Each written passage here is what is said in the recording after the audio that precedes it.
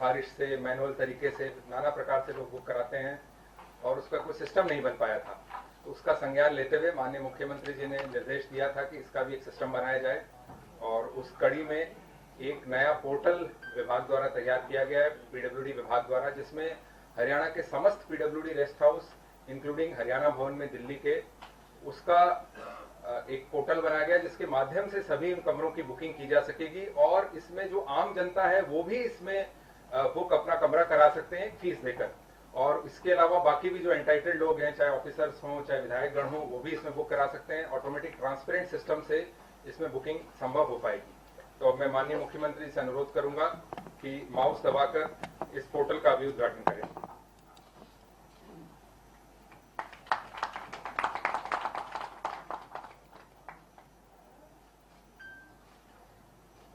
कार्यक्रम को आगे बढ़ाते हुए अब मैं माननीय मुख्यमंत्री जी से उनके उद्बोधन के लिए अनुरोध करता हूं।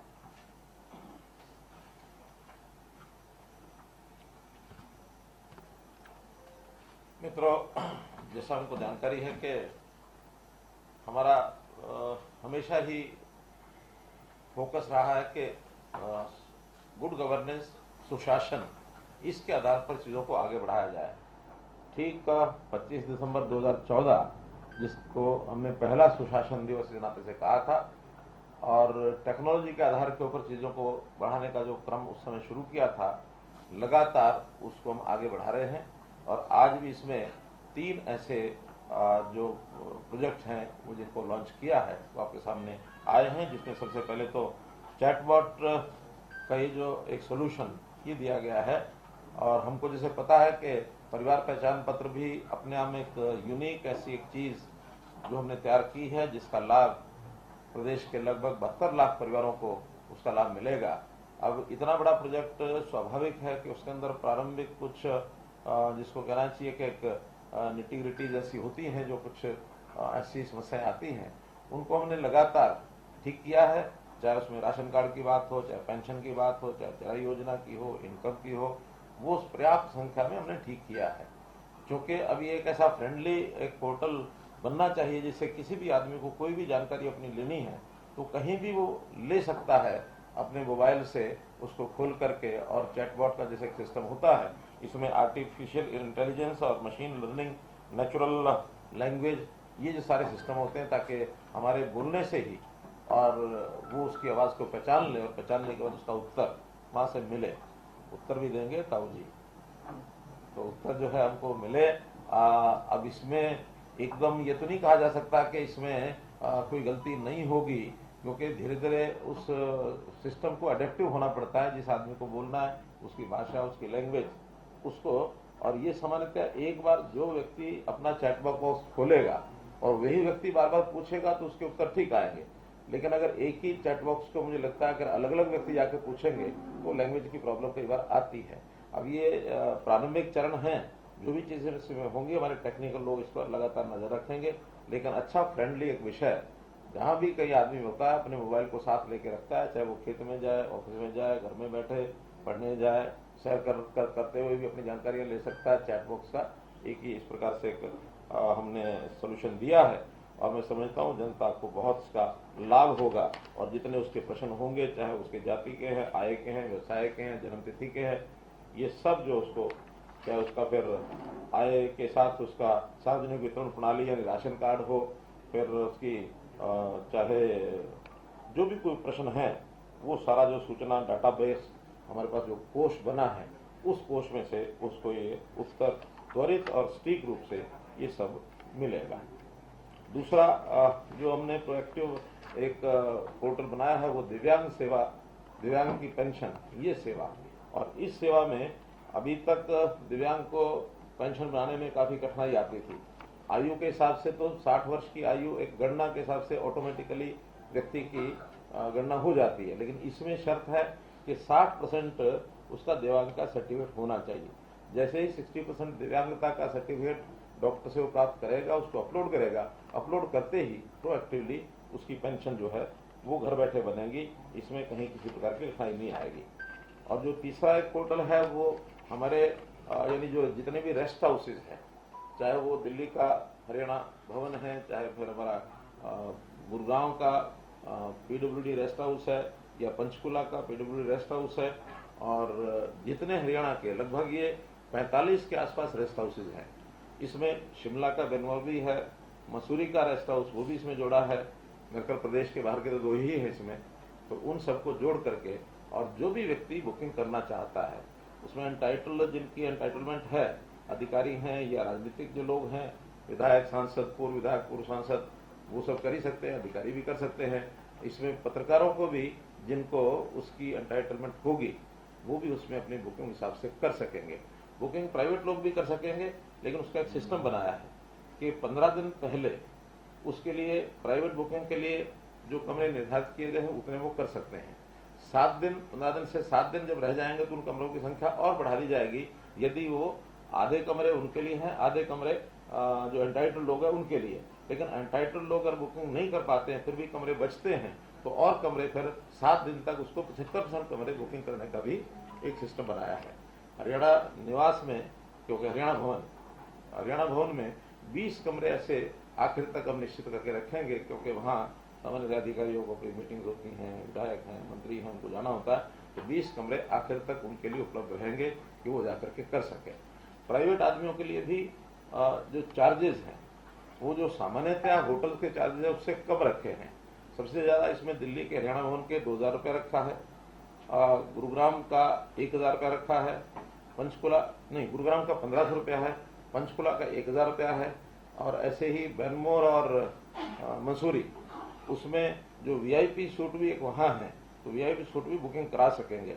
बाकी जगह पर वीआईपी सूट नहीं करा पाएंगे, लेकिन वहाँ वीआईपी सूट, क्योंकि हमारे में से कोई जाना बहुत किसी का होता भी नहीं है, तो उसको भी कोई कराना चाहता है तो 3000 रुपये पर डे के हिसाब से उसको वीआईपी करा सकते हैं। और सामान्य कमरे जो हैं वो 2000 जैसा दिल्ली का रेट है, वो उनके लिए 2000 रुपये रहेगा। जो एंटाइटल लोग हैं उनके रेट अलग अलग पहले से हैं, वो जिनके एंटाइटलमेंट है उनको नाम मात्र नॉमिनल सा उसका एक पैसा होता है वो उनको देना पड़ेगा, ताकि वहाँ के जो सामान्य खर्चे हैं बिजली का या कोई और छोटे छोटे खर्चे होते हैं वो व्यक्ति एंटाइटलमेंट होने के बाद भी उनसे वो लिया जा सकता है। और इसकी बुकिंग ऑनलाइन पेमेंट यानी गेटवे आईडीबीआई बैंक के साथ उसको जोड़ा गया है, ताकि वो पेमेंट उसी समय बुक कराते समय वो करवा सकते हैं। रिफंड भी लेना हो तो 24 घंटे पहले, बुकिंग का जो दिन है उससे 24 घंटे पहले करवाना चाहें तो 20% की राशि कटवा करके वो पैसा वापस मिलेगा, लेकिन अगर केवल विदिन 24 घंटे आखिर में उसमें कोई राशि रिफंड नहीं होगी। इस प्रकार के ये कुल मिलाकर एक फैसिलिटी दी गई है और प्रारंभ किया है। हो सकता है कि हमें महीना 2 महीने बाद इसमें से कुछ कठिनाइयां ध्यान में आएंगी, तो फिर हम सभी जो जनप्रतिनिधि अथवा अधिकारी बैठ करके विचार करेंगे, कुछ चेंजेस करनी होगी तो उस चेंजेस को भी हम कर सकेंगे। ये भी एक विषय आपके ध्यान में इसको लाना था। तो मोटे रूप से आज जो ये 3 पोर्टल बनाए गए हैं, जो लॉन्च किए गए हैं, इन तीनों का एक लाभ अपने को मिलेगा। परिवार पहचान पत्र की जो बात है उसमें निश्चित रूप से एक बात यहाँ जरूर जोड़ना चाहूंगा कि हमने इसको परिवार पहचान पत्र कहा तो हमारे विपक्ष के मित्रों ने कहा कि ये परिवार परेशान पत्र है। वास्तव में ये उनके लिए तो परेशान पत्र इसलिए है कि अब उनके परिवार के पास काम ही नहीं बचा है कोई, क्योंकि काम तो सब ऑनलाइन होने लग गए, पोर्टल पर होने लग गए, तो परेशान है कब काम करें क्या। जितने काम हमने कर दिए हैं पिछले 8-9 साल के अंदर, अब समस्या ये है कि उनको उसका कुछ सूझता नहीं है कि जनता को इतने लाभ मिल रहे हैं, तो हम जनता को किस तरीके से कोशिश करते हैं, तरह तरह से कुछ न कुछ बहकाना, भड़काना और उनको उकसाना, ये सब करते हैं, लेकिन वो इससे परेशान बहुत हैं। हम जहां तक कहते हैं कि ये एक ऐसा सिस्टम है जिससे सुनिश्चितता हो गई है आम नागरिक को, खास करके गरीब नागरिक को, तो हम इसका नाम अगर दूसरा नाम देते हैं तो वो है protection of poor people, permanent protection of poor people. तो ये है परिवार पहचान पत्र का असली अगर अर्थ लेना चाहेंगे तो हम कहीं बताएंगे। तो इसलिए ये परेशानियां उनको आती हैं, पोर्टल से बहुत परेशानियां हैं। वो हर बार कहते हैं कि हर चीज पोर्टल, और पोर्टल की स्थिति ये है कि उनको अगर पूछा जाए कि कोई एक पोर्टल आपने जनता हित में कभी खोला है क्या, तो मैं देख रहा था कि ग्राम दर्शन पोर्टल जिसकी जो एक्सेस है हमने सभी विधायकों को दी है, तो किसी विधायक ने 50 बार, किसी ने 60 बार, किसी ने 100 बार ऐसे खोले हुए हैं, और हमारे नेता प्रतिनिधि भूपेंद्र सिंह हुड्डा ने उस पोर्टल को पिछले 3 साल में मात्र 2 बार खोला है। तो जो अपनी जनता की डिमांड्स को उसमें रिकमेंड करने के लिए इतने लापरवाह हैं तो उनको पोर्टल से तो परेशानी होनी ही होनी है। इसलिए इस पोर्टल के माध्यम से जनता तक सीधे कैसे पहुंचे हैं, चाहे वो ग्राम दर्शन है, चाहे वो नगर दर्शन है, चाहे वो सीएम विंडो है, और अब हमने एक जन संवाद पोर्टल और जो बनाया है, कुछ दिन पहले उसको लॉन्च किया था, कि जो जनता से आई हुई जितनी भी डिमांड्स हैं, शिकायतें हैं, उन सबको डिप्टी कमिश्नर लेवल पर अथवा मंत्रियों के, मुख्यमंत्री के ऑफिस से अथवा अधिकारियों के ऑफिस से उसमें अपलोड करेंगे। अपलोड करने के बाद मार्क हो जाएगा संबंधित विभाग और उस अधिकारी को, और उस संबंधित अधिकारी और विभाग के जाने के बाद उसका जो निदान है वो उन्हीं को करना है। एक सेटअप सारे अपने सिस्टम में हर एक विभाग को ये बनाना होगा कि वहाँ हर चीज का हर ऑफिस में नोडल अधिकारी इन सब पोर्टल्स को अध्ययन करने के लिए, खोलने के लिए और उसको फिर काम करने के लिए, क्योंकि उसकी एजिंग, उसकी जो काम न करने की जो आदत है, ये जो फाइल चलती रहती है, महीनों में लटकती रहती है, अब इसमें एनालिसिस हो जाएगा कि कौन सा काम कब उनको मिला और उसके ऊपर उन्होंने कब क्या किया। आखिर एक निश्चित समय में उसके ऊपर काम नहीं करते हैं तो they will take to task. आखिर अधिकारी और कर्मचारी किसी की मजबूरी हो तो बताएगा, मेरी ये मजबूरी है, मैं इस पर काम नहीं कर सकता, तो उसका रिप्लेसमेंट भी होगा। लेकिन हर चीज ऑनलाइन है तो उसको उसका काम करके और up to the satisfaction of the last person जिसने वो ग्रीवेंसेस डाली हैं उसमें, उस तक सेटिस्फेक्शन हो। हाँ, काम करने का अगर लगता है कि काम हो ही नहीं सकता, ये भी जानकारी उस व्यक्ति को मिलनी चाहिए। कई बार कोर्ट केस होते हैं, कई बार विवाद कोई ऐसा होता है कि जिसके अंदर उसका अधिकार बनता ही नहीं है, तो ये जो सारी प्रक्रिया में से एक फाइनल उत्तर उसको मिलना चाहिए। हालांकि इन सारी चीजों में हमारे और भी कई सिस्टम पहले लागू हो चुके हैं, जैसे कुछ विभागों में सेवाएं राइट टू सर्विस के अंतर्गत उसके दिन निश्चित है, तो निश्चित दिनों में उनको सर्विस देनी होती है। अगर निश्चित दिन में नहीं देंगे तो ऑटो अपील सिस्टम के माध्यम से जो फर्स्ट अपीलेट अथॉरिटी है उसको जाएगा। 30 दिन वो भी नहीं करता तो अगले नेक्स्ट सेकंड अपीलेट अथॉरिटी को जाएगा। 30 दिन वो भी नहीं करते हैं तो राइट टू सर्विस कमीशन के पास चला जाएगा, और कमीशन उसमें संबंधित अधिकारी के खिलाफ वही जो उनको उचित लगता है उसके खिलाफ कार्रवाई भी वो करते हैं। ये अच्छी बात है कि 7 लाख के लगभग फर्स्ट अपीलेट अथॉरिटी को जो अपील्स गई वो कमीशन पर जाते जाते शायद 2,500 या 3,000 रह गई, बाकी फर्स्ट अपीलेट में और सेकंड अपीलेट में ये सब वहीं कंप्लीट हो गए, लोगों को लाभ इसका मिला है। तो अपने आप government at the door step कि जो बिल्कुल घर के द्वार के ऊपर सरकार पहुंच करके कोई काम कर सकती है, तो इस नाते से ये सारे काम हमने किए हैं। सीएम विंडो जनसंवादी जैसे पोर्टल नहीं हो, थोड़ा अंतर है, थोड़ा अंतर है। हो जाएगी। नहीं, अंतर ओवरलैपिंग नहीं, प्लेटफॉर्म एक ही होगा, काम उसी प्रकार होंगे, लेकिन सीएम विंडो पर तो आदमी किसी भी जगह पर जाकर के अपनी शिकायत जाके दे सकता है, अपलोड कर सकता है। लेकिन ये जन संवाद वाली ये किसी यानी मुख्यमंत्री के पास आते हैं, मंत्री के पास आते हैं या डीसी के ऑफिस में पहुंचते हैं, जो प्रत्यक्ष अपनी एप्लीकेशन वहां शिकायत के रूप में देते हैं, तो वहां से वो अपलोड होगी। आखिर में जाकर के डिपार्टमेंट में जो पहुंचेंगी तो चाहे उधर से आए चाहे इधर से आए, एक ही जगह पहुंचेगी, एक ही प्रकार का सोल्यूशन उसका मॉड्यूल ये बनाया गया है। और उस सारे का एनालिसिस हमने जो सीएम डैशबोर्ड बनाया है, उस सीएम डैशबोर्ड के पास प्रतिदिन उसका एनालिसिस होगा कि किस विभाग की कितनी पेंडिंग जो सॉल्यूशंस या पेंडिंग एप्लीकेशन रह गए हैं जिस पर काम नहीं हुआ, और उसमें भी एज वाइज तो कौन सी ऐसी हैं जो 3 महीने पहले की अभी सॉल्व नहीं हुई, कौन सी 2 महीने पहले की, कौन सी महीना पहले की, और उसमें भी कौन कौन सी समस्याओं पर कितना समय लगता है, इस पर अलग अलग कारण जो होते हैं उसके हिसाब से उनको उसका जो लिया जाएगा। इसके साथ एक विषय और जो है वो आप निश्चित रूप से चिंतित होंगे ही, वो है कोविड-19 जो महामारी है दोबारा से, और ये थोड़ा पहले लगी है। अब इसमें पिछले 1 सप्ताह में महामारी के लगभग 600 मामले ऐसे आए हैं। हर सप्ताह यानी 500, 600, 700 ऑन एवरेज 90-100 मामले रोजाना आते हैं। लेकिन इसके लिए हमारी सारी तैयारी है और इसका जो रिकवरी रेट है बहुत फास्ट है, अच्छा है। 99% ऑफ रिकवरी रेट हमारा उसमें हो चुका है। कुछ एक केसेज बहुत नाम मात्र के कि जो अभी थोड़ा लंबे समय तक उनकी रिकवरी नहीं होती है, तो इसके लिए हमारा जो डिपार्टमेंट है वो सब अच्छे प्रकार से तैयार है, चाहे वो पीडियाट्रिक्स का जो डिपार्टमेंट है, चाहे अन्य बेड्स हैं, हॉस्पिटल्स हैं, आइसोलेशन बेड्स हैं और ऑक्सीजन सपोर्टेड बेड्स हैं। ये सब जो पहले हमारी तैयारी कोविड के समय थी उनको रिवाइव सबको कर लिया है। बीच में चूंकि एक काल ऐसा आया था जब इनकी आवश्यकता नहीं पड़ी थी, तो थोड़ा जो ढिलाई आई थी उस ढिलाई को हमारे हेल्थ डिपार्टमेंट ने और बाकी विभागों ने उसको सबको पूरा कर लिया है। इसमें चाहे वो वेंटिलेटर्स हों, PSAs हों, ऑक्सीजन कंसंट्रेटर्स हों, BI pack, high flow nasal cannula, जो भी उनके इंस्ट्रूमेंट्स हैं वो सारे बताए गए हैं। तो इसमें कोई जो हमारी वैक्सीनेशन की कोई समस्या थी जो आनी थी तो खत्म हो गई है, अब वो हल होगी क्या? नहीं, वो तो वैक्सीनेशन का तो लगातार हमने 2 राउंड पूरे कर लिए थे। तीसरे राउंड में जिन लोगों को अलग से उसका क्या प्रिकॉशनरी बूस्टर डोज वो छूट दी थी भी, वो जिनको लगाना हो लगवा लें। और बड़े हरियाणा में वो खत्म हो गई, वो चेक कर लेंगे हमको। चलिए हेल्थ केयर डिपार्टमेंट से जरा, है ना, वो भेजिए, रिक्वेस्ट भेजिए सेंटर तो वो देखेंगे। तो फिर भी हम अलर्ट भी हैं और कहीं कोई इस प्रकार का भी वैसा कोई चिंता करने का विषय ज्यादा नहीं है, कोई पैनिक होने की जरूरत नहीं है। और ये ग्लोबली ये जो नॉर्मल बीमारी की तरह चीजें चल रही हैं वैसी यदि चल रही है तो प्रश्न बाद में करेंगे जरा और विषय कंप्लीट कर। ऐसे ही एक विषय जो करंट है वो है फसल खराबे का।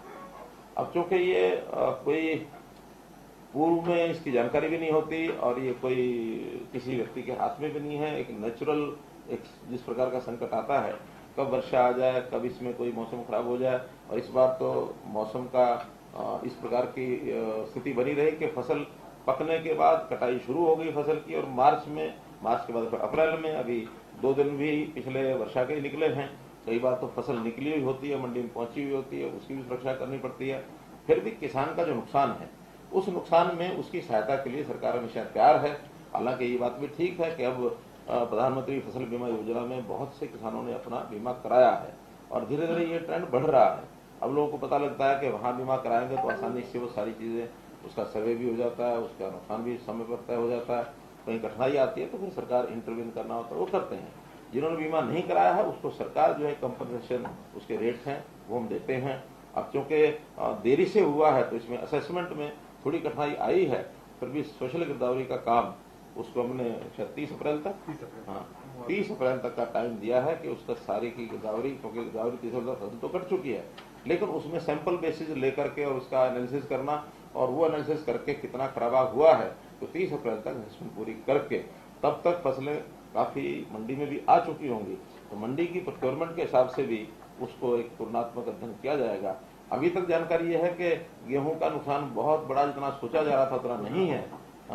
10%, 15%, 20% मोटे तौर पर काफी जिलों में इतना ही नहीं है। 25% तक तो कंपनसेशन जो है वो किसान को ही हम कहते हैं वो अपना उसमें यानी क्लेम की अपेक्षा न करे। 25% से ऊपर होता है तो फिर क्लेम उसको दिया जाता है।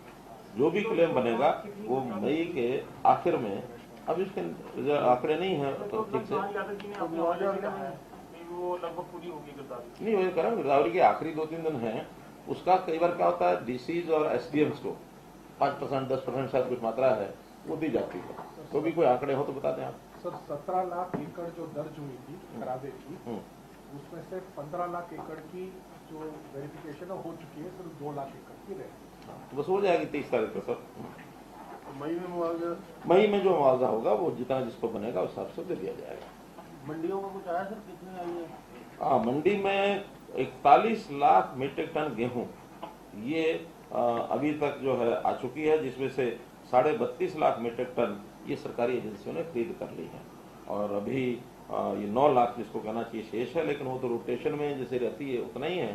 मंडी का उठान की एक समस्या थी, उन्होंने डीसीज को लिख दिया है कि जहां कहीं समस्या ठेकेदारों से आ रही है वहां वो अपने हाथ में लेकर के, और जो भी कोई अलग प्रबंध जैसे पहले भी करते रहे हैं, आड़तियों से बात करके, और आड़तियों के अगर ट्रक होते हैं तो उनके लेंगे, और बाहर से भी लेना है तो उनके सिक्योरिटी ले करके और उनको ट्रकों को उसी रेट पर जो रेट जो है। नमी के लिए भी बीच में छूट देखिए वो रिलैक्सेशन क्योंकि सेंटर ने उसमें एक कट लगाया था, लेकिन हमने घोषणा कर दी थी उसी समय कि जो भी पैसा है नमी की छूट नहीं है उसमें, केवल उसका लस्टर लॉस और उसका जो दाना जो है बारीक दाना कटा हुआ, क्या बोलते हैं उसको, ब्रोकर और शेवल्ड जो दाना होता है उसका जो परसेंटेज है उसमें जो पैसा अगर उनका कटेगा तो स्टेट गवर्नमेंट जो उसको कंपनसेट करेगी, किसान से वो नहीं लिया जाएगा। लेकिन नमी में छूट देना संभव इसलिए नहीं है, नमी की छूट दें तो फिर गीला अगर खरीदा गया और वो पैक हो गया, उसकी पाइज लग गई तो फिर उसको कोई संभालता नहीं और फिर अंदर किसान के लिए राहत रहती थी ना जी कि नमी की छूट लेंगे, जो सरकारी तौर पर सुखाया ही जाता था उसको। क्या होता है कि इसकी शिकायतें बहुत आती हैं। हम यही कहते हैं कि क्योंकि नहीं अपने आप भी वो करके लाए, और नहीं है तो वहां जब धूप निकलती है उसको सुखाएंगे, सुखा करके नमी।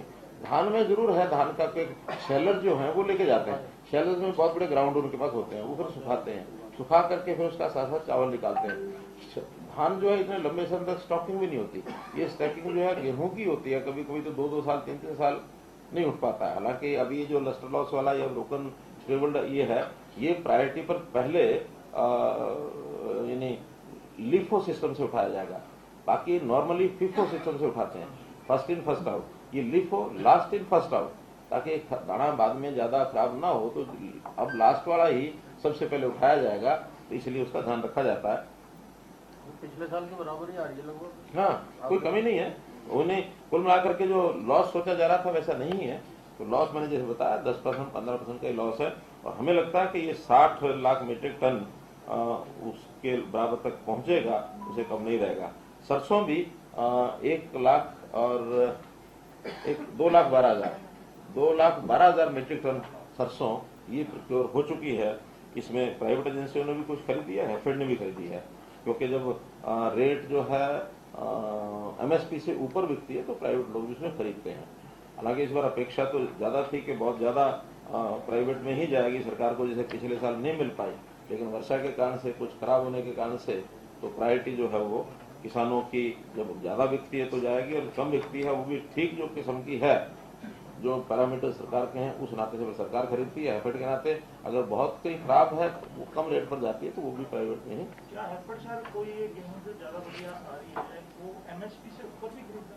नहीं, हेफेड एमएसपी पर ही लेगा।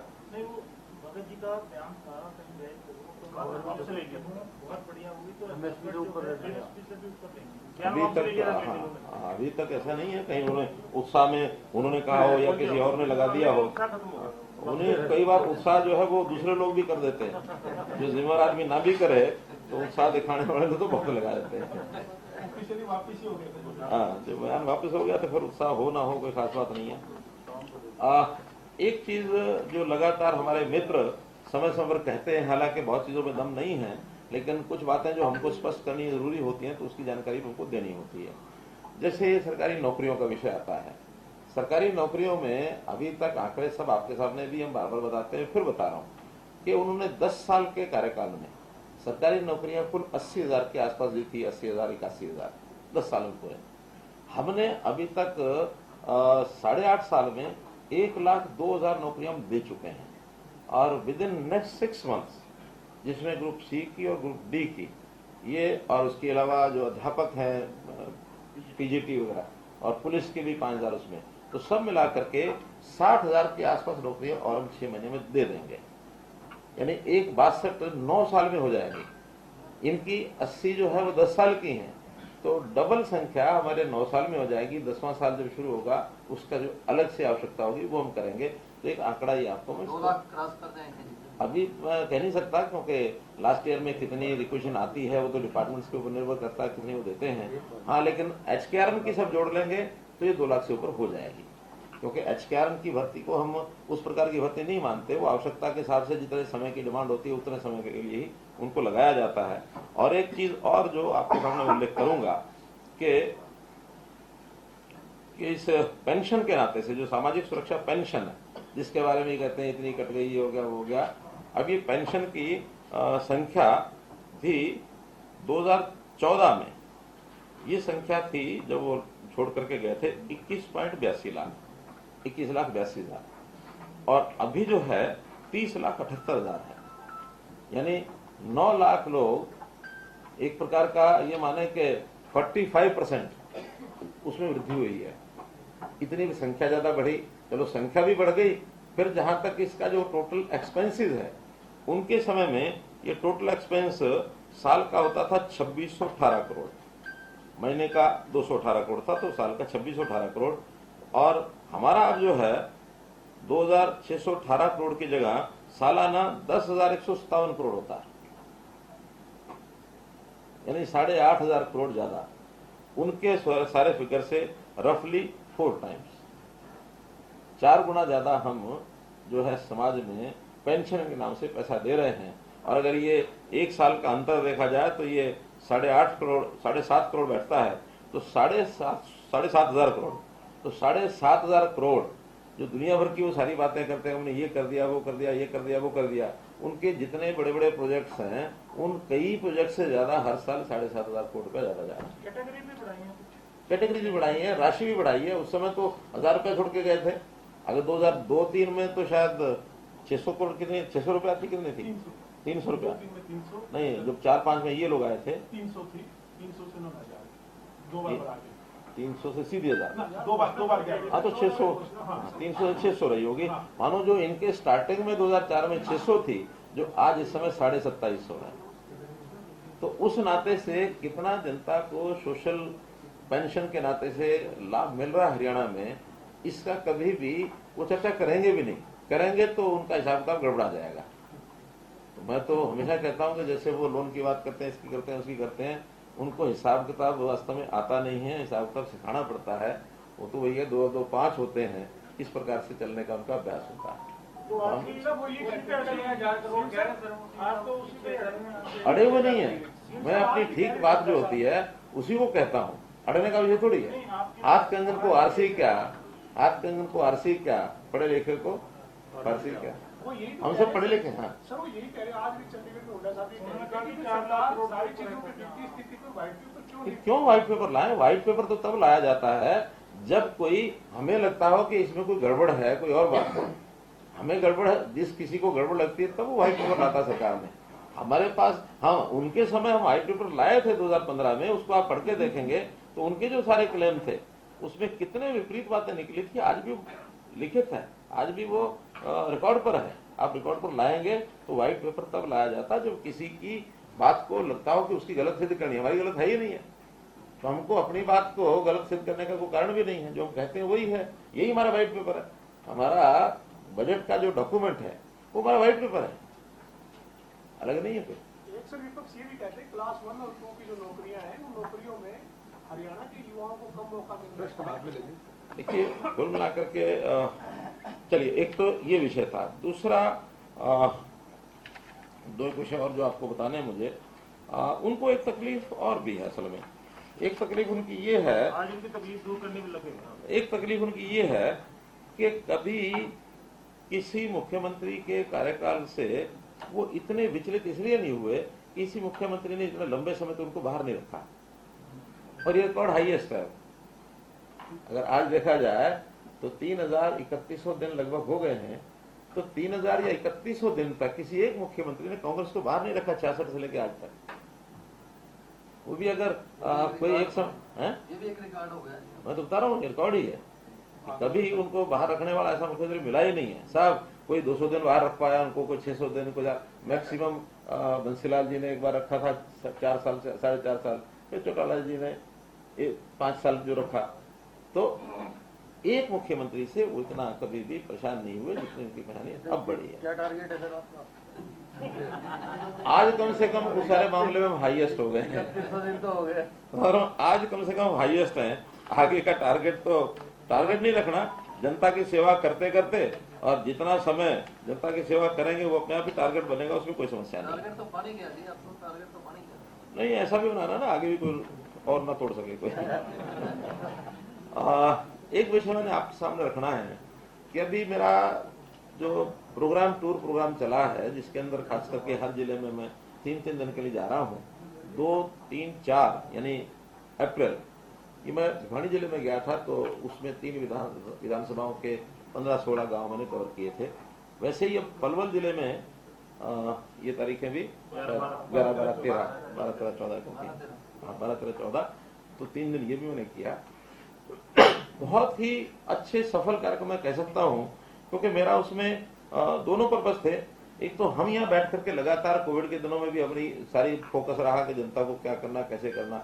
अब उसके बाद लगातार हमारी सरकार सारी उसकी डिलीवरी सिस्टम को जरा मजबूत करने के लिए लगी रही, लेकिन अंत में नीचे डिलीवरी कितनी पहुंची कितनी नहीं, क्योंकि आखिर राजीव गांधी जी की उस बात को तो हमें सत्य करना ही पड़ेगा, जिसमें उन्होंने कहा कि हम 1 रुपया भेजते हैं, नीचे जाते जाते 15 पैसे रह जाते हैं। तो हमें भी देखना पड़ता है कि ऊपर से हम जो भेज रहे हैं नीचे पहुंच रहा है कि नहीं पहुंच रहा है। तो खुशी की बात यह है कि जो सिस्टम हमारे हमने बनाए हैं उन सिस्टम से जनता बहुत प्रसन्न है, और ओवरऑल गांव के गांव में कभी 500 लोग हैं, 700 लोग हैं, 1000 लोग जितने भी मिले हैं और मैंने तो हाथ खड़े कराए हैं। जैसे उदाहरण के लिए ई टेंडरिंग, इतने प्रसन्न हैं लोग, आप में से कोई शायद रहा हो, मुझे एक दो लोग मिले भी हैं तो ये गवाह है उस बात के। ई टेंडरिंग में कहते हैं आपने बहुत बढ़िया ये काम किया, और इसमें कमीशन खोरी जो है सारी जो नीचे लेवल पर चलती थी वो सारी बंद हो गई। विरोध भी इसी कारण से हो रहा था, बल्कि वहां के सरपंच जो थोड़ा बहुत इस ओर स्वर उठाते भी रहे होंगे तो उनका शुरू में हमें ये लगा, लेकिन बाद में लगा ये तो बहुत बढ़िया है, हम तो इसमें से बच गए। और वास्तव में सरपंचों के खिलाफ जो तलवार लटकी रहती थी, आज भी 1000 से ऊपर सरपंच ऐसे हैं जिनके पिछले रिकॉर्ड गायब हैं। अब उसके खिलाफ क्या करना होगा जरा विचार करेंगे, लेकिन अब आगे ये समस्या नहीं रही, उनको रिकॉर्ड बनाने की आवश्यकता नहीं, हर एक चीज ऑनलाइन आ जाएगी, पोर्टल पर रहेगी, और वो जो उनका जो ऑफिस है, बैक ऑफिस में वो डाटा बना रहेगा, कभी भी निकाल लो उसको। तो इसलिए वो सब इसमें प्रसन्न है। सीएम साहब, ये 2 जिलों की समस्या के बाद आप अधिकारियों की भी कुछ ड्यूटी लगा रहे हैं ऐसे प्रोग्राम में भी एक्स्ट्रा? नहीं, एक्स्ट्रा नहीं, अधिकारियों को जितने काम वो तो है ही है। तो मैं और एक दो चीजें आपको बताकर खत्म करता हूँ। ऐसे दूसरा विषय जो मैंने वहाँ नौकरियों का, यानी 8-10 साल पहले नौकरियों की क्या स्थिति थी और आज नौकरियां कैसे मिलती हैं, इतना अति उत्साह था लोगों में कि पहले बंडल के बंडल, ढेर के ढेर हमको पैसे इकट्ठे करने पड़ते थे, नौकरियां रेट था। एक व्यक्ति ने तो ये कहा कि आपकी सरकार के कारण से मेरा 25 लाख बच गया। मैं समझा नहीं कैसे बच गया 25 लाख। तो बात तो नौकरी की कर रहा था कि मेरा बेटा नौकरी लगा है, अगर यही कांग्रेस सरकार होती तो ये 25 लाख रुपए मिलती। मैंने कहा आपको कैसे पता? कल लगे मैं पहले कांग्रेस में था, वो स्वयं कांग्रेस में था। आज चूंकि उसने आस्था जताई हमारे अंदर, अभी गया तो उन्होंने कहा कि वहां ये नौकरी 25 लाख से नीचे नहीं मिलती। अब ये भ्रष्टाचार के इतने नंगे नाच सारे के सारे सामने आ रहे हैं और जनता इन चीजों से बहुत प्रसन्न है। इसलिए बहुत से उदाहरण ऐसे हैं, और हमने काम भी जो है लगातार जो वहां किए हैं, दोनों दौरों में मैंने कुछ घोषणाएं भी की हैं। जैसे पलवल में लगभग 300-325 करोड़ की घोषणाएं वहीं सारे उन गांवों से संबंधित, और एक रेन्यूअल का प्रोजेक्ट है, वो उन्हीं गांवों के अंदर आवश्यकता ज्यादा थी पलवल जिले में ही, उसकी मैंने घोषणा की। 200 करोड़ रुपए का तो अकेला वो प्रोजेक्ट है, बाकी कहीं 10 करोड़, कहीं 5 करोड़, ऐसे करके हर एक गांव में इन सब योजनाओं को जो तुरंत लागू करने की थी तुरंत लागू की है। जो उनके डिमांड्स थी वो सब लेके आए हैं, उसकी फिजिबिलिटी 1 महीने के अंदर करके, और इन दोनों जिलों में अलग से बताएंगे कि हाँ इनके कितने प्रोजेक्ट हमने स्वीकार कर लिए हैं।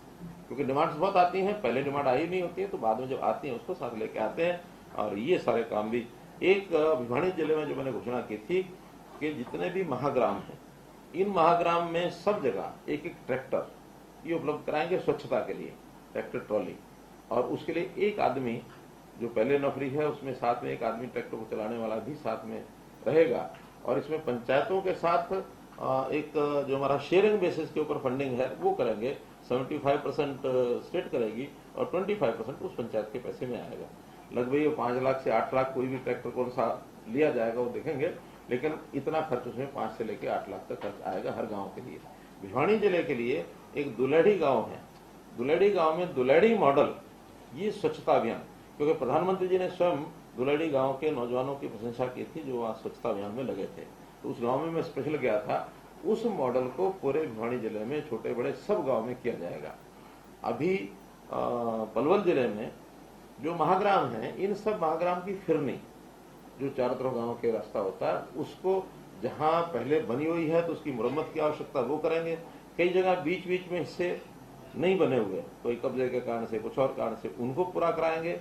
और जहां पूरी नहीं बनी है उन सबको पूरा नया बनाने का काम और ये पंचायती राज के माध्यम से होगा। एक ये नई घोषणा अभी मैं करके आया हूँ। तो ऐसे अलग अलग जगह पर तालाबों की महाग्राम की हमारी पहले ही चल रही है। और पलवल जिले में तो मैं स्वयं कुछ तालाबों को देखने के लिए गया, कई जगह तो खुदाई चल रही है, जो उसका काम हो रहा है, बरसात से पहले कंप्लीट हो जाएगा। कुछ गांव में तो कंप्लीट होकर के पानी भरा भी जा चुका है, और अब साफ पानी, जो बिल्कुल पोल्यूटेड वाटर था जहाँ ओवरफ्लो कर रहे थे, उसमें साफ पानी, और आज पशु भी वहां पानी पीते हैं। तो इस प्रकार के तालाबों की स्थिति वो जो है वो अच्छी बनी है। आप लोग पूछ रहे हैं कि अगला गांव कौन सा, अगला जिला कौन सा? तो मैंने तय किया है कि कुरुक्षेत्र जिला 1, 2, 3 मई 3 दिन के लिए ये कुरुक्षेत्र जिले का एक कार्यक्रम रहेगा। 2 कार्यक्रम साथ में और आपको बता रहा हूं कि अभी 23 अप्रैल को कैथल जिले का एक गांव है धनौरी, धनौरी गांव में जो धन्ना भगत एक संत हुए हैं, तो धन्ना भगत की जयंती मनाने के लिए बड़ी संख्या में लोग वहां आएंगे। तो वहां के 2 जिले, कैथल जिला, जींद जिला, ये दोनों, क्योंकि बॉर्डर के ऊपर गाँव है बिल्कुल, वहाँ धन्ना भगत जी का एक मंदिर भी है। हाँ, तो स्टेट लेवल कह सकते हैं, या कंसर्ट मेनली तो 2 जिले कंसर्ट करेंगे, आसपास के जो लोग आएंगे, लेकिन धन्ना भक्त की जयंती उसमें मैं स्वयं जाऊंगा और भी जितने संत हैं, बाकी पदाधिकारी नेता सब आएंगे, तो एक कार्यक्रम करेंगे ऐसे। हाँ, उपराष्ट्रपति जी भी आएंगे। 23 अप्रैल को उपराष्ट्रपति जी का भी आगमन होगा। हमने निमंत्रण दिया था, वो बड़े सहर्ष उन्होंने स्वीकार किया कि धन्ना भगत की जयंती कभी किसी ने मनाई नहीं है, हरियाणा ने पहल की है। कुछ लोगों को तो तकलीफ भी बड़ी हो गई शुरू, हम तो कहीं और लगे रहते थे, ये कहीं और से कहाँ से निकाल के ले आया धन्ना भगत। हमने कहा भी देखो, समाज में ऋषि मुनियों का, संतों का अपना एक स्थान है, तो आप संतों को छोड़ करके और किसी और के पीछे लगते रहोगे तो उसका कोई अर्थ नहीं है। तो इसी प्रकार एक कार्यक्रम तय किया हमने, आज ही 4 मई को महंत गोरखनाथ, उनका एक कार्यक्रम किया जाएगा करनाल में। महंत गोरखनाथ 4 मई को, तो ये करनाल में कार्यक्रम होगा। आज ही समाज के लोग आए हुए थे, सबने उन्होंने बैठ के तय किया कि बड़ा कार्यक्रम करेंगे, क्योंकि गोरखनाथ जी का भी अपना एक बड़ा महत्व रहा है और गोरखपुर उनकी एक प्रकार से पीठ है। हाँ, तो उसमें हमारे महंत बालकनाथ जी, वहाँ योगी जी हैं या महंत बालकनाथ जी हैं, उसको वो एक प्रकार से उसकी अध्यक्षता वो करेंगे। तो मोटे रूप से इतने सब विषय थे। और अब कोई प्रश्न होगा? सर, ये 2 दौरे जो हुए उसमें 1 रुपए की आपने बात की थी कि अब 1 रुपए का कितना पैसा नीचे जा रहा है जो आपने? देखिए, अब चूंकि सारे सिस्टम ऑनलाइन है, अब कहीं भी लीकेज नहीं हो सकता। यहाँ से जाने में देर हो सकती है, लेकिन जिस दिन जाएगा उसी क्षण नीचे पहुंचेगा। अब डीबीटी की स्कीमें हो गई हैं। आज तो किसी की मानो बेटी के विवाह में भी शगुन जाता है, तो जितना यहाँ से चलाते हैं उतना ही पहुंचता है। अब ये डिमांड तो हो सकती है कि शादी से पहले दे दो, शादी के बाद मिल रहा है, अब डिमांड है अलग। अब इसमें हमारे जो लोग हैं वो कहते हैं शादी से पहले देने का एक खतरा है कि पैसा ही लेना शुरू करें और बाद में शादी कभी टल गई हो तो हो नहीं पाई। इसलिए वो अब उसमें एक सिस्टम सोच रहे हैं कि कुछ पैसा पहले दिया जाए, कुछ बाद में दिया जाए। ऐसे ही पेंशन है, अभी बुजुर्गों की पेंशन घर बैठे मिलती है। जो ये शुरू में तकलीफ कर रहे थे, हमको बार बार कहते थे कि लो जी, बुजुर्ग जो कैसे चल के जाएगा बैंक में, और उसके लिए तो बैंक का तो विषय अलग है, चुने हुए प्रतिनिधियों को, सरपंचों को दो या पार्षदों को दो, उनके माध्यम पहले बढ़ती रही। अरे पहले बढ़ती रही, वही तो गड़बड़ थी। जब हमने इसको ऑनलाइन करके और आधार पे किया था, उस आधार बेस्ड में मेरे ख्याल 30,000 ऐसे लोग थे जिनको नहीं मिल पाए हैं। तो 30,000 लोगों की पेंशन तो जा रही है, लेकिन आज वो है ही नहीं है। हाँ, उसमें गलती से थोड़ा ऐसे उदाहरण भी हैं कि जो जिनका नाम जिंदा होते हुए भी शायद उसमें से कट चुका था। अब वो ऐसी गलतियां, एक ह्यूमन एरर जो होती है वो हुआ है। हमारे एक नेता हैं, वो उसी नेता को लेकर के आज भी घूम रहे हैं, उनको मुकुट पहना करके कि तरह फुफा जीव है। सर, 2 सवाल है। पहला सवाल पूछना चाहती है, आज जो सेंसस तो हुआ नहीं, लेकिन पॉपुलेशन के हिसाब से हमने कहा है कि हम सबसे ज्यादा कंट्री बन चुके हैं। आपको लगता है कि कोई पॉलिसी होनी चाहिए या किस तरह से रिएक्ट करना चाहिए हम पॉपुलेशन कंट्रोल? पहली बात तो है कि नेशनल लेवल का इशू है, ये स्टेट लेवल का नहीं है। स्टेट लेवल पर हमने एक बात जरूर की है कि जो पॉपुलेशन है, 2011 में अभी पॉपुलेशन का सेंसस हुआ था, 2011 के बाद अभी हुआ नहीं, ओनली बिकॉज ऑफ कोविड। हमने उसको थोड़ा परिवर्तन बदल करके कर दिया कि परिवार पहचान पत्र ये हमारा बेसिस होगा फॉर काउंटिंग द पॉपुलेशन। तो अब वो पॉपुलेशन जो होती थी कि प्रोजेक्टेड पॉपुलेशन, उसके आंकड़े कहीं के कहीं ले जाते थे और बहुत बड़ा अंतर हमको मिला है। कुछ स्थानों के ऊपर तो 20% अंतर मिला है। तो एक्चुअल में आज हर व्यक्ति की काउंटिंग होती है, उसका जन्म और मृत्यु जो रजिस्ट्रेशन है वो भी एक्चुअल हो गया, तो अब कहीं उसमें दिक्कत आती नहीं है। बाकी तो नेशनल लेवल पर जैसी पॉलिसी बनेगी विल फॉलो। सर, दूसरा सवाल है, गर्मियां सर पर हैं, बात आ रही है कि क्राइसिस पंजाब में हो सकती है। ये बिजली की पूर्ति के लिए आप लोगों ने, क्योंकि इंडस्ट्रियल जोन भी आप लोगों के पास आता है, क्या तैयारी है और किस तरह से आप एस्टिमेट कर रहे हैं? देखिए, ये बात ठीक है कि गर्मी में कठिनाई हर बार होती है, इस बार हो रही है ऐसा नहीं है, हर बार ही होती है, लेकिन उसमें प्रायोरिटीज हम तय करते हैं। प्रायोरिटीज में किसान की बिजली जो है उसको सिंचाई के लिए, क्योंकि सीजनल काम है, उसको हम प्रायोरिटी से देते हैं। इंडस्ट्री जो 24 आवर्स चलती है, जिसको ब्रेक लगाया नहीं जा सकता, वो हम 24 आवर्स देते हैं। सर्विसेज में खास करके हेल्थ सर्विसेज, इनको 24 आवर्स देना होता है। तो जो 24 आवर्स की सर्विसेज प्रायोरिटी सेक्टर को पूरे मिलेंगे। और अगर कहीं अभी कम नहीं है, आज की डेट में शायद 98% हमारी सप्लाई है, सिर्फ 2% कम रही थी। 2-3 दिन पीछे ब्रेक हुई थी। एक प्रोजेक्ट हमारा खेदड़ है ना बंधुआ, खेदर का एक प्लांट हमारा बंद हुआ था, लेकिन वो चालू हो गया। और ये टेक्निकल चीजें हैं, कब कोई खाद भी आ जाए इसका कहा नहीं जा सकता, लेकिन फिर भी हमें जब जरूरत पड़ती है हम बाजार से खरीदते हैं। बाजार में भी डिमांड जब बढ़ती है तो फिर जितने हमें चाहिए शायद उन्हें मिलती नहीं है, रेट भी महंगा मिलता है। लेकिन हमने कभी भी चिंता नहीं की, आवश्यकता पूर्ति, डिमांड पूर्ति करना ये हमारा पहला काम है। अगर इस 2 महीने में कहीं कोई कमी पड़ती है तो उसमें कोई रेट की चिंता नहीं करते हैं। 2 महीने के बाद फिर जब हमारे पास बिजली सरप्लस होती है तो फिर हम बैंकिंग करते हैं, और बैंकिंग की बिजली भी हमें कई बार इस मौसम में काम आ जाती है। तो हमारे यहाँ इतना बड़ा संकट नहीं है, कोई कठिनाई आएगी भी सही तो हम उसमें जनता में अपील करेंगे और कोशिश करेंगे कि उसको पूरा हम कैसे कर सके करेंगे। सीएम साहब, दिव्यांगता सर्टिफिकेट को लेके एक दिक्कतें आ रही है कि जैसे पहले पीजीआई में प्रक्रिया थी करवाने की दिव्यांगता टेस्ट कराने की, लेकिन उसके बाद वो व्यवस्था बदल दी और उन्होंने कर दिया कि अपनी स्टेट के अंदर अपने जिला के अस्पताल में जाके कराओ। तो उसमें जो सर्टिफिकेट अब बन रहे हैं वो सर्टिफिकेट बड़ी कम उसके परसेंटेज के बन रहे हैं, जो कि पीजीआई में ज्यादा परसेंटेज के बन रहे थे। ये शिकायतें लगातार आ रही हैं। खैर ऐसी शिकायत अभी तक आपने मुझे बताई है पहली बार, और इस शिकायत के को आधार मानते हुए अगर कहीं हमें कोई इंटरव्यू करना पड़ेगा तो कहेंगे। दिव्यांगता के परसेंटेज तो एक नेशनल लेवल पर बल्कि ग्लोबल लेवल पर वो परसेंटेज एक ही है, कहीं अंतर नहीं है। परसेंटेज जो दिव्यांगता यहाँ टेस्ट करते हैं पीजीआई में, मान लीजिए किसी की 65% या 67% कर दी, जब वो जिला अस्पताल में जाते हैं दिव्यांग, वहाँ जाके वो 35% 40% रहेगा। मैं वही कह रहा हूँ, पैरामीटर एक ही होते हैं। कहीं कोई गड़बड़ अगर है किसी की मिलेगी तो उस पर इंटरव्यू करेंगे कि जो दिव्यांगता का सर्टिफिकेट जहाँ से एक जगह से जितने परसेंट का है तो दूसरी जगह से उतना ही बनना चाहिए। आप 1-2% ऊपर नीचे की तो समझ में आता है, लेकिन जितना आप बता रहे हैं ऐसा नहीं होना चाहिए। अगर कहीं है तो इसको हम चेक करें। नौकरी वाला जो विषय है आपने तो बताया कि हमने 1,62,000 हमारे हो जाएंगे 10 साल में, दुगना हो जाएगा 9 साल में। 9 साल में हो जाएगा, अगले का भी देखेंगे कितना और अगले 1 साल में दे पाएंगे। आपने बिना पर्ची बिना खर्ची का एक स्लोगन पहले दिन से लेते हैं, जीरो टॉलरेंस जैसे करप्शन लेकर का, इसे बिना खर्ची बिना पर्ची। और जो अपने भी दौरे किए विमान या फॉलोअर थे उसमें बहुत सारे बच्चों ने, मैं देख रहा था टीवी में कि वो आपको बोल रहे हैं कि हमें बिना उसके नौकरी मिली, और आप भी कह रहे हैं कि पहले पर्ची खर्ची से नौकरी मिलती है 25 लाख का रेट। लीडरों को से जो ये बात करते हैं कि मुख्यमंत्री बिना पर्ची खर्ची की बात करते हैं, और दूसरे और कांग्रेस के नेता वो कहते हैं 10 साल में उन्होंने कितने मुकदमे दर्ज किए, कौन सा काम किया उन्होंने? अगर ऐसी कोई बात थी अगर मैं इस विषय को बताना नहीं चाह रहा था, नहीं पूछना चाह रहे थे। नहीं, मैं बताना नहीं चाह रहा था, मैं आपको बताता हूँ। आपने पूछा, बड़ा अच्छा किया, ताकि ये बात आपके माध्यम से जनता को पहुंच जाए। मेरे पास एक डाटा है। देखिए, उनके समय में जो नौकरियां 2006 से मैं शुरू करता हूँ, 2006 में उन्होंने भर्ती की 1983 पीटीआई कोर्ट ने रद्द कर दी। 2007 में जो भर्ती थी कैनाल पटवारी 786 कोर्ट ने भर्ती रद्द कर दी।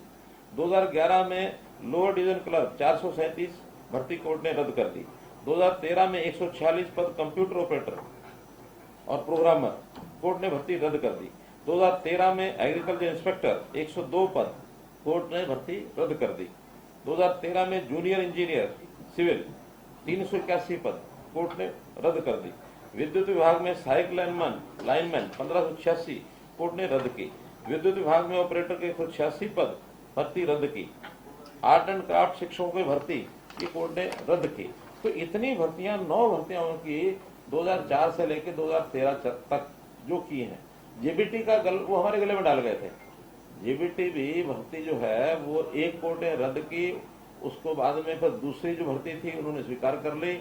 कुछ दिनों बाद कोर्ट ने जो पहली रद्द की थी वो भी मान ली, और इतनी पोस्टें तो एक सिंगल पोस्टें थी, डबल उन्होंने, यानी एक रद्द होने के बाद में दूसरी भर्ती उसको चैलेंज किया। ये दोनों करके गए थे, उतनी पोस्टें भी नहीं थी।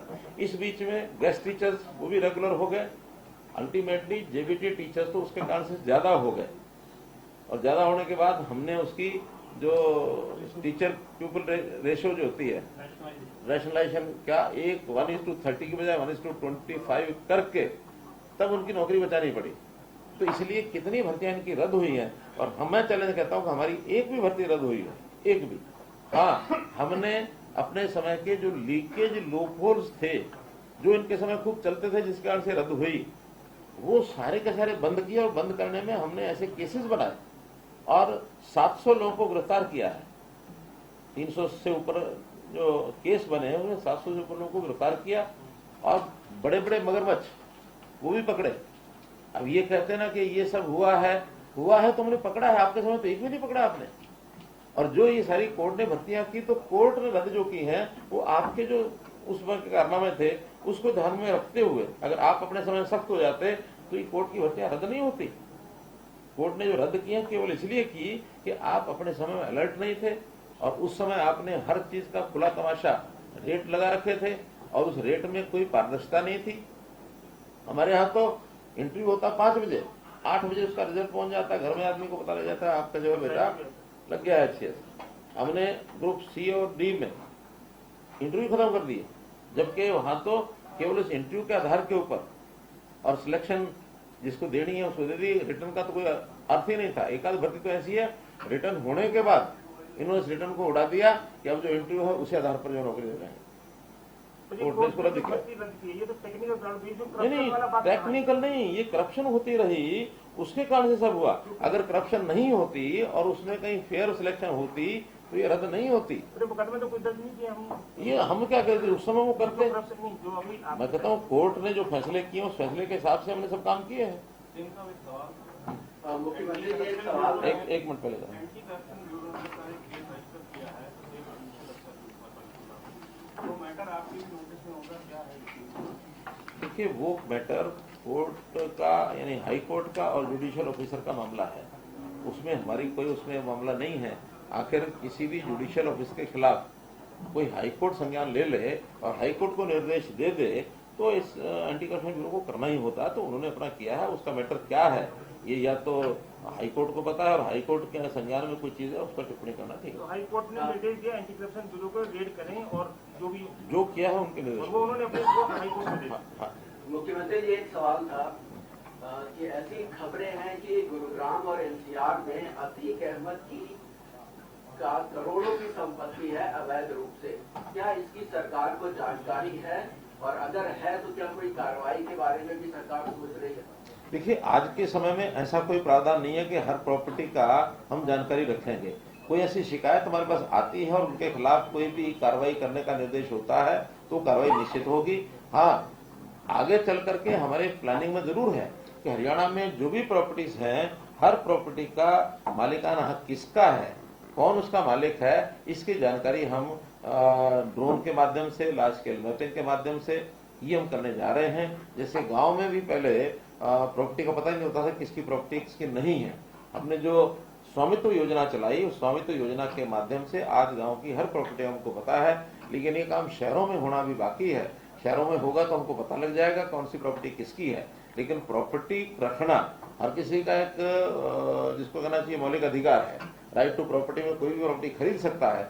जिस किसी की इलीगल प्रॉपर्टी होगी वो निर्देश जहां से भी कोई एजेंसी देगी उस पर कार्रवाई करेंगे।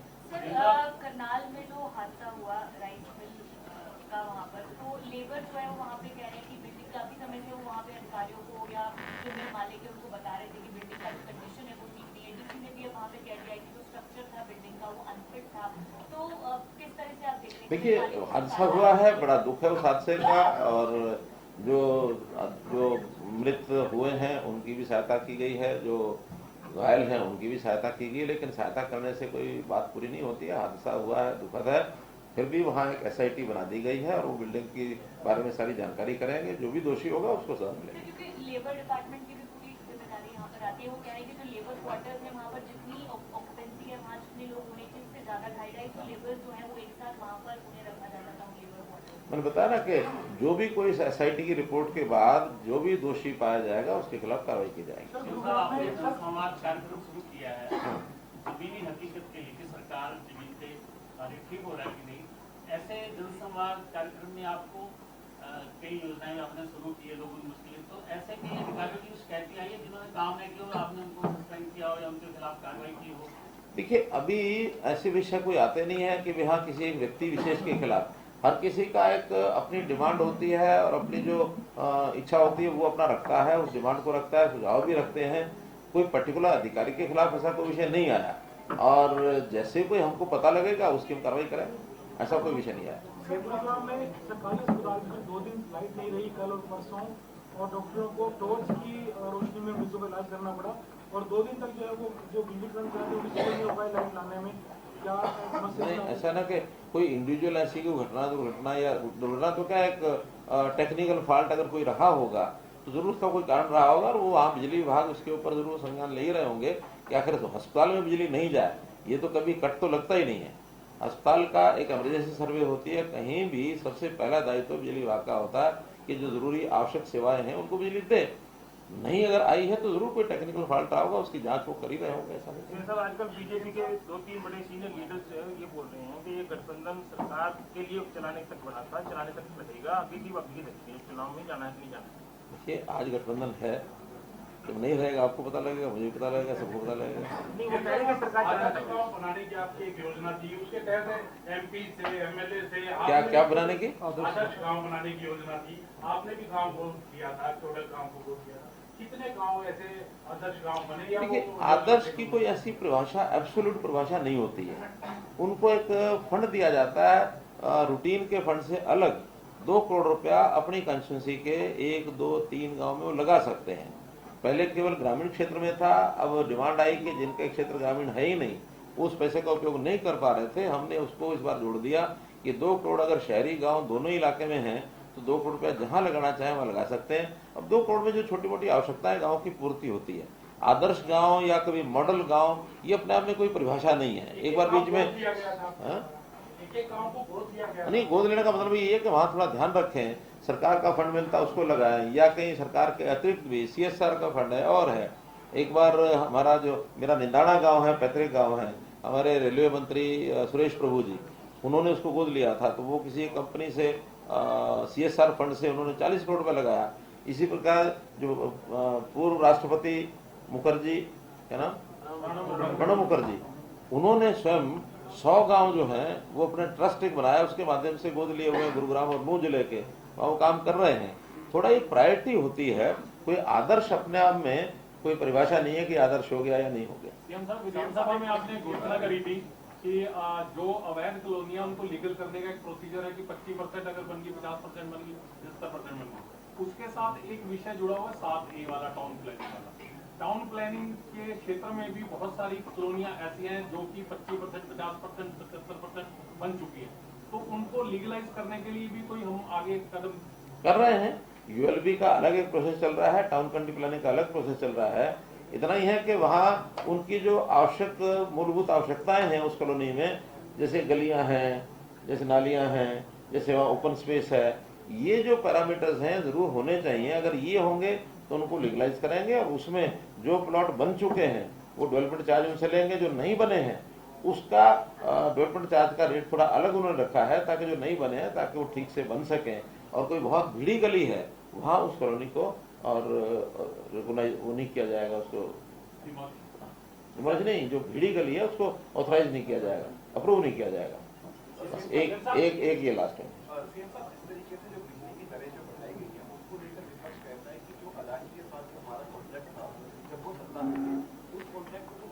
आगे नहीं किया गया, एक अलग से कॉन्ट्रैक्ट बनाया गया और 11 से 44 करोड़ रुपया जो उनके ऊपर पेंडिंग था उसको सरकार ने लेने की बजाय आम जन पर जो बोल रहा है। देखिए पहली बात तो ये है कि कॉन्ट्रैक्ट हमने नया किया जरूर है, लेकिन वो कोयले के रेट्स विदेश में भी बढ़े, अपने यहाँ भी बढ़े। एक जो पहले का PPA था उसमें एक कमी रह गई थी कि चेंज ऑफ लॉ, ये जो डोमेस्टिक कोल के ऊपर लागू था लेकिन जो बाहर का विदेशी कोयला था उसके ऊपर लागू नहीं किया गया था। जबकि विदेशों में भी कोयले के रेट इस कदर बढ़ गए कि जिसके कारण से उन्होंने हाथ खड़े कर दिए कि हमारा तो जो प्लांट ही आप ले लो, हम नहीं चला सकते। फिर बाकी स्टेट्स के साथ भी विषय आया, अल्टीमेटली सुप्रीम कोर्ट में निर्णय हुआ, सुप्रीम कोर्ट ने कहा कि हाँ उनकी वायबिलिटी के हिसाब से अगर दोबारा से कोई PPA करना चाहे कोई स्टेट तो कर सकती है। तो वायबिलिटी के हिसाब से अब वो, क्योंकि बहुत सस्ती बिजली है, 2 रुपये 92 पैसे का ओरिजिनल रेट था, अगर हम नहीं करते तो 2 रुपये 92 पैसे का वो जो बिजली का रेट कॉन्ट्रैक्ट खत्म हो जाता। अब खत्म हो जाता तो कुछ मिलना नहीं था, खत्म करने के लिए वो भी यानी उनके पास भी छूट होती है, हमारे पास भी छूट होती है। बिजली लगातार चला के रखनी है, कई साल का कॉन्ट्रैक्ट बाकी बचा है, तो एक समझौता करके उसमें थोड़ा माइनर कितने चेंज, कितने पैसे,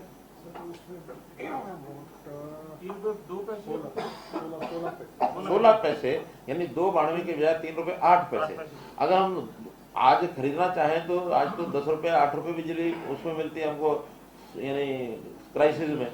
अगर सस्ती भी ले तो 5 रुपये 6 रुपये से तो ऊपर हमें अपनी नहीं मिलती। तो इससे अच्छा ये है कि एक समझौता करके उस पीपीए को रिवाइज किया और 2.92 के बजाय 3 रुपये 8 पैसे बिजली लेके उसको चालू किया है। और उसमें भी जितनी आवश्यकता हमको थी उतना ही हमने लिया है, बाकी छोड़ा है। अगर हम ये म्यूचुअल अंडरस्टैंडिंग नहीं करते तो प्लांट तो बंद होने ही होने थे, और अल्टीमेटली उसका लॉस जो है उनको क्या होता क्या नहीं होता, हरियाणा की जनता को तो बहुत होता। हाँ, एक इसमें हमारे पहले एक मिनट पावर सेक्रेटरी रहे हैं उमाशंकर जी, तो इनको उस विषय की ज्यादा जानकारी है क्योंकि उसमें पिक्चर में पहला है जो पिछले साल जो रेट बढ़ाने पिछले साल के कारण कुछ रेट बढ़े हैं, यानी एफएसए जो लगा उसकी बात है ना। पिछले साल के कारण जो रेट बढ़ी है वो अडानी के कारण नहीं बढ़ी है, उस पावर प्लांट के कारण नहीं बढ़ी है। पिछले साल आपको ध्यान होगा फरवरी में जब रशिया और यूक्रेन की लड़ाई शुरू हुई थी तो कोयले के दाम सब जगह बढ़ गए। तो क्या हुआ कि कोयले के, और पिछले साल आपको ध्यान भी होगा कि सारे देश भर में कोयले की शॉर्टेज हुई, जिसके कारण भारत के जो पावर मिनिस्टर थे और कोयले मंत्री थे दोनों को इंटरवीन करनी पड़ी, 1 महीना काफी दिक्कत आई और बाहर से फिर कोयला अरेंज कराया गया।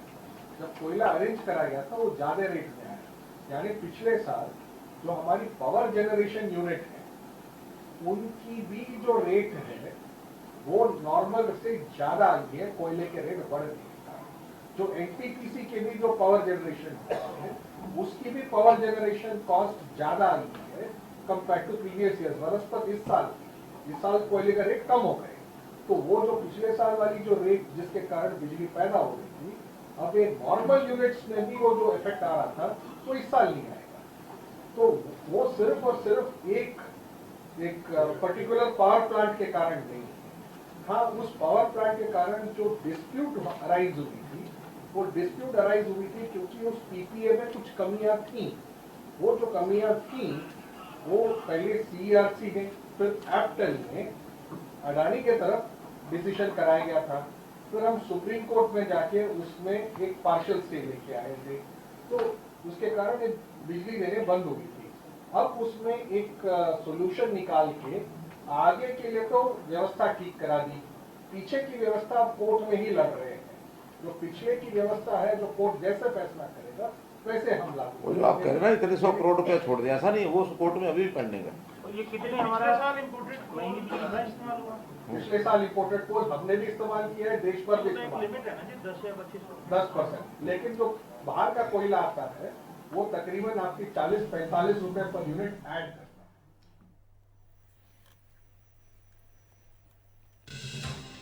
तो बड़ी खबर आपको बता दें, मुख्यमंत्री परिवहन पहचान पत्र पर बातचीत कर रहे थे और कहीं ना कहीं उन्होंने बड़ा बयान भी दिया है। भूपेंद्र हुड्डा के बयान पर पलटवार करते हुए नजर आए मुख्यमंत्री। आपको बता दें, भूपेंद्र हुड्डा ने पिछले दिनों परिवार पहचान पत्र को परेशानी पत्र बताया था।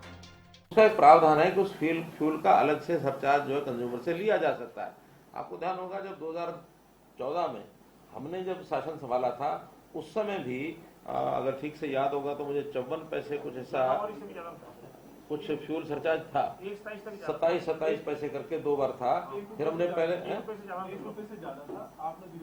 फिर उसको धीरे धीरे करके वो खत्म किया था। अब ये जो कि पिछले बैकलॉग जो है उस फ्यूल की अमाउंट का वो ज्यादा हो गया था, जिसको लगा कि आगे पता नहीं रिकवर होगा कि नहीं होगा। फिर अब हमने उसको फ्यूल सरचार्ज लगाया है, लेकिन ये फ्यूल सरचार्ज जितना अमाउंट वो बढ़ गया था उतना कवर होते ही अपने आप ये खत्म हो जाएगा। ये टैरिफ का पार्ट नहीं है। वो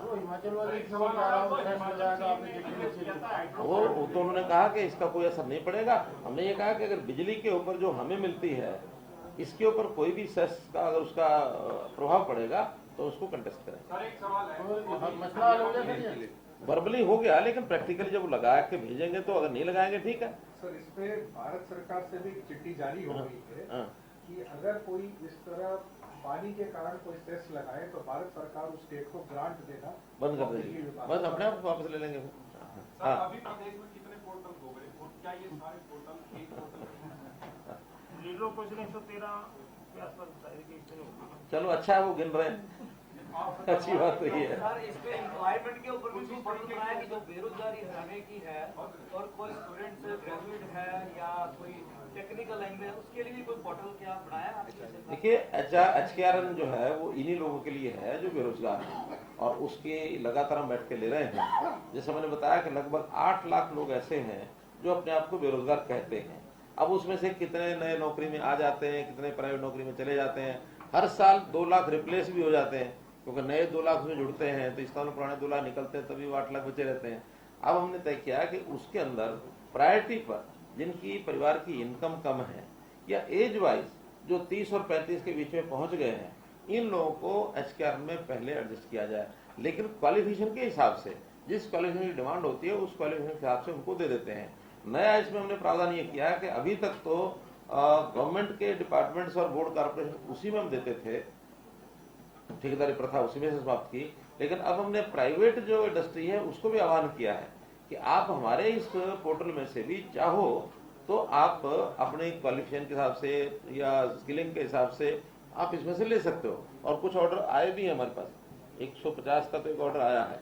बाकी अब उसको एक बार प्रेजेंटेशन ऐसे इंडस्ट्री को हम दिखाएंगे ताकि वो लोग यहाँ से लेते हैं, फिर उनका ईपीएफ ईएसआई वो सुनिश्चित हो जाएगा। बहुत कंपनियां तो ऐसी हैं कि जहाँ रखे ही जाते हैं बिना किसी उसके एनरोलमेंट के, और उनका न तो ईएसआई करता है ना उनका ईपीएफ करता है। जो हमारे इसमें से जाएगा हर एक का ईपीएफ ईएसआई सुनिश्चित हो जाएगा।